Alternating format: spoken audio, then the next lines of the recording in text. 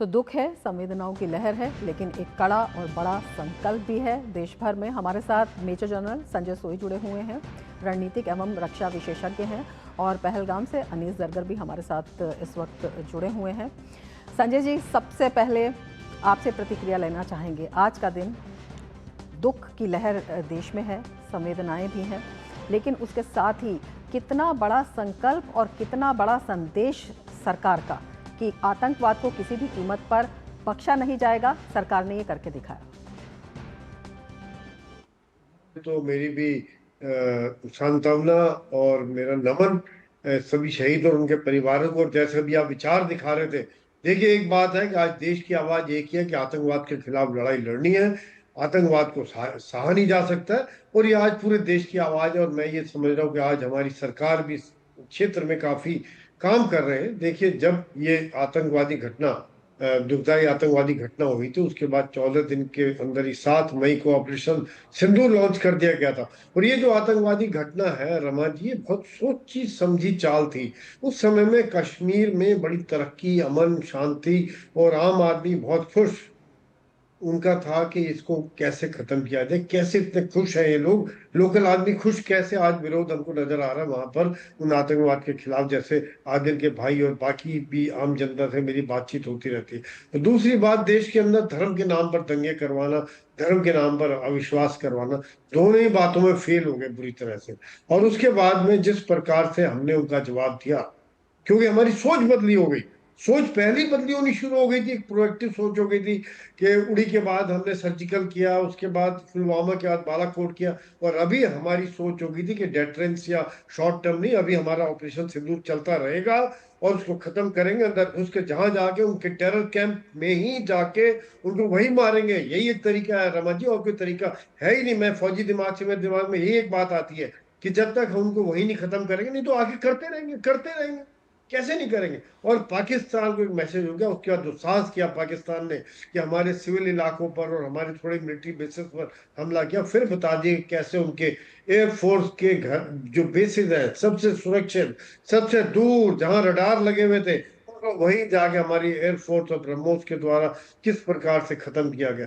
ये एक बड़ा जबरदस्त मैसेज है। और सिंदूर अभी भी जारी है, ये खत्म नहीं हुआ है, अभी भी ये जारी है। और ये लोगों की जो आवाज है, लोगों के जो विचार हैं, मैं बहुत खुश हूं कि आज हम रोते नहीं हैं। आज हम कस के कहते हैं कि थप्पड़ मारना है, खत्म करना है इसको। अगर जो आतंकवादी या आतंकवाद को हमारा बढ़ावा देता है, उसको ऐसे नहीं एक्सेप्ट करेंगे। हम रोज होकर क्रिकेट मैच नहीं बंद करेंगे, इस तरह की बातें नहीं बिल्कुल, करेंगे। एक साफ सिर्फ यही संदेश राज है दिया रमन गया जी। है कि आतंकवाद को किसी भी कीमत पर बर्दाश्त नहीं किया जाएगा और किसी भी नापाक मंसूबे को कामयाब नहीं होने दिया जाएगा। हमारे साथ हमारे संवाददाता भी अनीस जरगर हमारे साथ जुड़े हुए हैं सीधे कश्मीर से। अनीस, आपसे समझना चाहेंगे पिछले एक साल में क्या कुछ आपने देखा है, क्या कुछ आपने बदला है? क्योंकि ये जो घृणित कार्य था जिसे कहेंगे, इसकी न केवल दुनिया भर में निंदा हुई है, बल्कि इसके पीछे जो मंसूबे थे, केवल जो पर्यटकों को निशाना बनाना नहीं था, धर्म के आधार पर भड़काना था, और उसके साथ ही जो घाटी का भविष्य था उस पर भी एक ये बड़ा हमला था। क्योंकि टूरिस्ट जो हैं वहाँ की रीढ़ एक तरह से कही जाती हैं। किस तरह से वहां पर पूरी परिस्थिति, पूरा परिदृश्य बदला हुआ दिखाई देता है? किस तरह से सुरक्षा व्यवस्था और भी कड़ी हुई है? जी बिल्कुल। पिछले एक साल में काफ़ी सारी चेंजेस आई है, लेकिन जो एक ऑब्जेक्टिव था, जो मैं यहाँ कहना चाहूँगा कि जो ऑब्जेक्टिव था इस अटैक का, टूरिस्ट पे, इनोसेंट टूरिस्ट को हमला, उनका धर्म पूछ के उनको मारने का वार करना, उसका एक ऑब्जेक्टिव था कि यहाँ पे जो टूरिज्म है, नॉर्मल लाइफ है, वो ख़त्म किया जाए। लेकिन एक साल में अब हम देख रहे हैं कि जो सिचुएशन है वो काफ़ी हद तक वापस रिवाइव हो चुकी है। टूरिज्म काफ़ी हद तक रिवाइव हो गया है। जो फेयर और जो डर का माहौल इस अटैक का ऑब्जेक्टिव था, वो ऑब्जेक्टिव भी पूरा नहीं हुआ है, क्योंकि सिक्योरिटी, जो सुरक्षा बलों का जो इंतज़ाम है यहाँ पे, पहलगाम है या काफ़ी डिफरेंट हिल स्टेशन है, श्रीनगर में है, तो वो काफ़ी इंक्रीज हो गया है और काफ़ी मॉडर्नाइज हो गया है। और जो सिक्योरिटी एस्टैब्लिशमेंट में सिक्योरिटी एस्टैब्लिशमेंट ने जो भी इक़्तिदाम लिए पिछले एक साल में, उससे कॉन्फिडेंस वापस रिवाइव हो चुका है, न सिर्फ यहाँ के लोगों में बल्कि उनमें भी जो यहाँ बाहर से घूमना चाहते थे, जो यहाँ वापस आना चाहते थे घूमने के लिए, टूरिज्म के लिए, विजिटिंग के लिए। और कहीं ना कहीं उसका एक श्रेय भी जाता है सिक्योरिटी फोर्सेस को, अथॉरिटीज को, सरकार को, कि उन्होंने बिल्कुल कम टाइम में एक रिवाइवल को पुश किया और कॉन्फिडेंस बिल्ड करने का एक जो इक़्तिदाम लिए वो सक्सेसफुल हुआ। और वहीं पे जो सिक्योरिटी फोर्सेस ने back to back counter insurgency operations लिए, फिर चाहे वो ऑपरेशन महादेव हो या बाकी दीगर ऑपरेशंस हो, जिसमें उन्होंने परस्यू किया टेररिस्ट को, मिलिटेंट्स को, उग्रवादियों को जंगलों में, ना सिर्फ शहर में, ना सिर्फ विलेजेस में, बल्कि ऊपर के इलाकों में जहां बर्फ होती है, जहां का टेरेन काफी डिफिकल्ट होता है, वहां पे भी सिक्योरिटी फोर्सेस ने उनको परस्यू किया और काफी एनकाउंटर्स सक्सेसफुल भी हुए। तो मेरे ख्याल में एक साल में whatever we have seen is that यहाँ पे जो रिवाइवल है वो काफी हद तक कामयाब हो चुका है और कॉन्फिडेंस वापस आ चुका है काफी हद तक। बिल्कुल। संजय जी, आपसे इस बात को समझना चाहेंगे, किस तरह से पाकिस्तान इस नृशंस हमले के बाद दुनिया भर में बेनकाब हुआ। पाकिस्तान को ऑपरेशन सिंदूर के द्वारा न केवल एक करारा जवाब दिया गया बल्कि एक कड़ी चेतावनी भी दी गई, और भारत की जो रक्षा सुरक्षा है उसकी जो क्षमता है उसको भी एक दिखाया गया, वो भी एक मिसाल की तरह। और उसके साथ ही जो एक स्पष्ट संदेश लगातार सरकार दे रही है कि ऑपरेशन सिंदूर अभी जारी है, किसी भी नापाक नज़र को बर्दाश्त नहीं किया जाएगा। नहीं, बिल्कुल रमा जी, इसमें आप जो कह रही हैं, अनिल भाई ने बताया था कि बिल्कुल यहाँ पे आज मेरे लोकल लोगों को भी मेरा सैल्यूट है, कश्मीर के मेरे भाई बहनों को, कि जो खड़े हुए हैं, डर नहीं है उनके अंदर अभी मिलिटेंट्स का, आतंकवादियों का। क्योंकि इनके बिना, देखिए हम सुरक्षा वाले, मैं मिलिट्री का पुराना रिटायर्ड हूँ, लेकिन मैं कश्मीर में 7 टेन्योर्स किए मैंने, आम लोगों से बड़ा भाई मानते थे मुझे। वो आज साथ में खड़े होते हैं तो देखिए कहीं सक्सेस नहीं हो सकते। पाकिस्तान को बड़ी जबरदस्त फेलियर का मुंह देखना पड़ा, कश्मीरियों की तरफ से, कश्मीर की तरफ से, देश की आम जनता की तरफ, सेनाओं की तरफ से, किस प्रकार से उनके जो आतंकवादी अड्डों को अंदर जाके 9 आतंकवादी अड्डों को खत्म कर दिया। 100 से ज्यादा आतंकवादी वहीं मार दिए, खत्म कर दिए। उसके बाद में जगह उसने दुस्साहस किया तो फिर उनके एयरफोर्स बेसिस, चाहे वो रहीम यार खान हो, नूर खान हो, या फिर सरगोदा हो, सुलूर हो, दूर दूर तक अंदर जा जाके रडार्स खत्म, उनके जहाज खड़े खड़े खत्म, उनके बड़े बड़े टेक्निकल चीजें खत्म। और यहाँ दिखा दिया भारत के किस प्रकार से मल्टी डोमेन में हमला करने में सक्षम है। हम लिमिटेड भी कर सकते हैं, हमने बिल्कुल भारत किसी भी तरह का जवाब देने में सक्षम है, ये कड़ा और बड़ा संदेश है। अनीस जरगर जी, आपसे जानना चाहेंगे, जिस तरह से हमने देखा उस हमले के बाद भी, क्योंकि जो कश्मीर की आवाम है शांति पसंद आवाम मानी जाती है और इसके साथ ही मेहमान नवाजी जो है वो कश्मीर की जग प्रसिद्ध है, लेकिन उसे भी बदनाम करने की कोशिश की गई और उसका वहाँ के जो लोकल्स थे उन्होंने भी पुरजोर विरोध किया। ये कितना बड़ा जवाब पाकिस्तान को और आतंक के आकाओं को रहा कश्मीर की तरफ से? मेरे ख्याल में हमें एक चीज़ इस टाइम जो है वो काफ़ी सिग्निफिकेंट देखने को मिली, वो ये है कि पिछले 30 वर्षों में जितने जो आतंकवादियों के नंबर्स हैं वो इस टाइम जो है, जो ऑपरेशन सिंदूर के बाद या इस हमले के बाद, वो सबसे लोएस्ट है।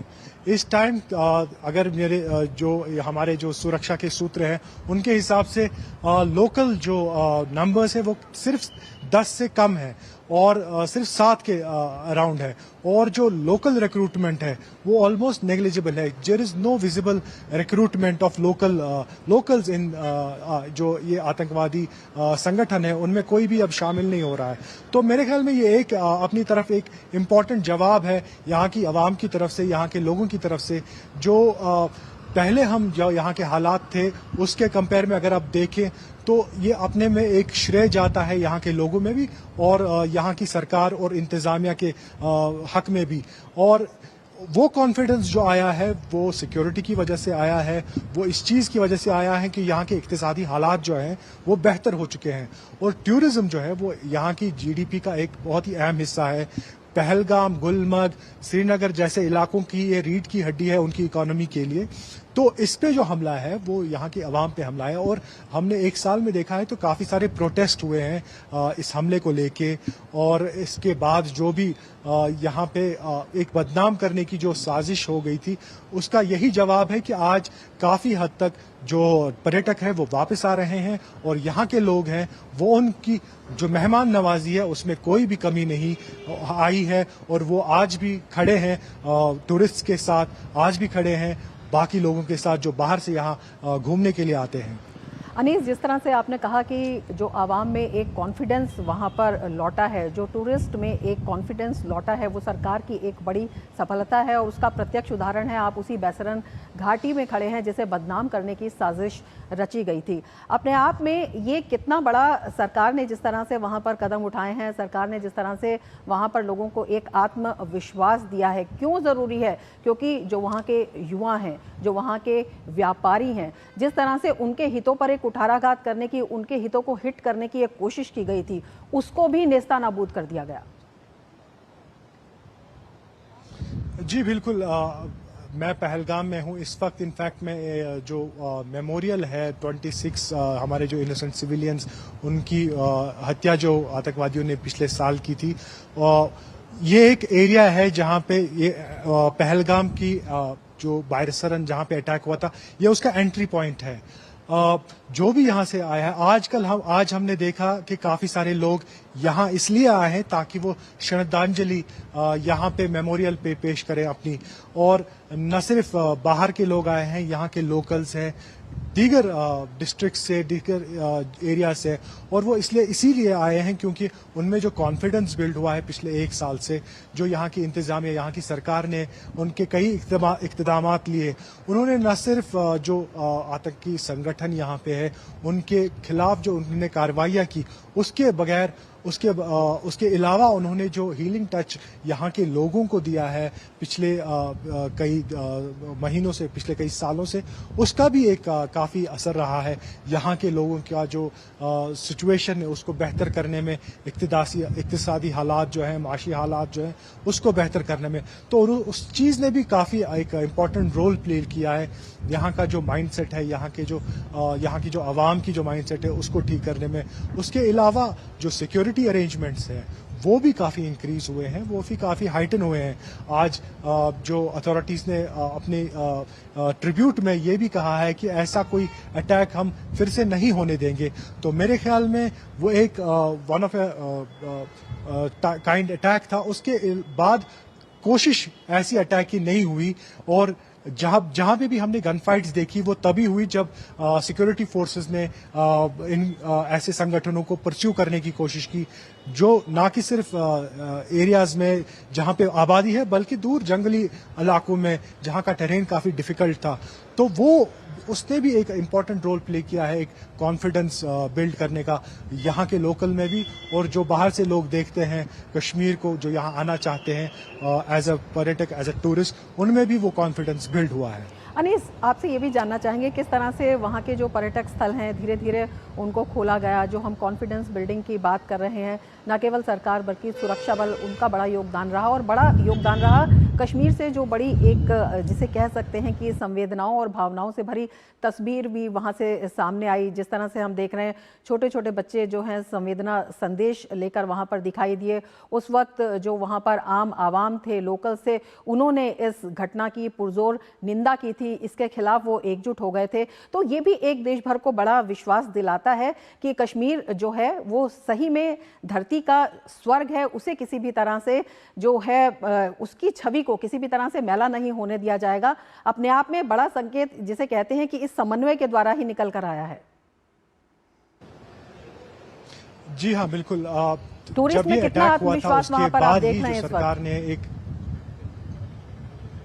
इस वक्त तो काफी आत्मविश्वास है। मैं यहाँ पहलगाम में हूँ, मैंने काफी यहाँ के टूरिस्ट जो आज यहाँ आए हैं उनसे भी बात की, तो उन्होंने ये ऐसा साफ कहा कि वो काफी कॉन्फिडेंट यहाँ पे फील कर रहे हैं। ऐसा बिल्कुल महसूस नहीं कर रहे हैं कि यहाँ पे कोई ऐसी घटना पेश आई है। हाँ, उनके दिल में दुख जरूर है कि ऐसा हुआ पिछले साल, और आज ही वो दिन है जैसा जब ये घटना पेश आई थी।